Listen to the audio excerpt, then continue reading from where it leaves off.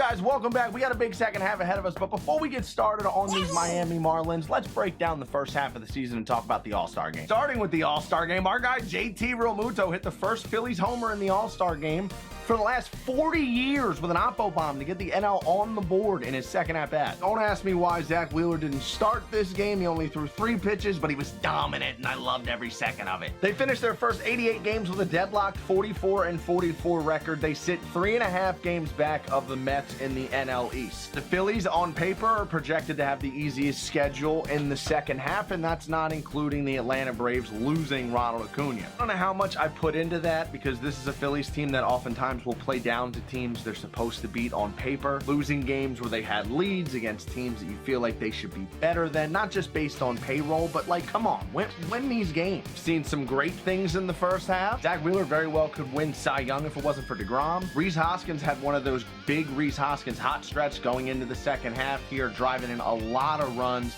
got the OPS up. He played a big role in us getting back to 500 going into the break. But you're only as good as your weakest link, right? And the biggest issue with this team is going to be the bullpen. Phillies are leading Major League Baseball in losses in games they were winning. Hector Neris is leading the league in blown saves. We said going into the season, if this bullpen could just be average, this team could potentially compete for a playoff spot. So far, that has not been the case. They've been historically bad, and it has blown up in their face. The offense has been inconsistent at times. The timely hitting has been an issue, but all in all, we are scoring enough runs to win games, obviously. We're leading the league in blown saves and blown games where we were winning. I'd like to be overcritical of the offense, but I do feel like if the bullpen was just league average, this team would be much better than they are. Is it possible for them to turn it around? I think so. They do need to add an arm, like I said, and it would be nice to see Archie Bradley turn it around. He's just walking so many guys. 14 walks in 22 innings, uncharacteristic. Will the addictions of being 500 continue? We'll find out next time. If you guys enjoyed the video,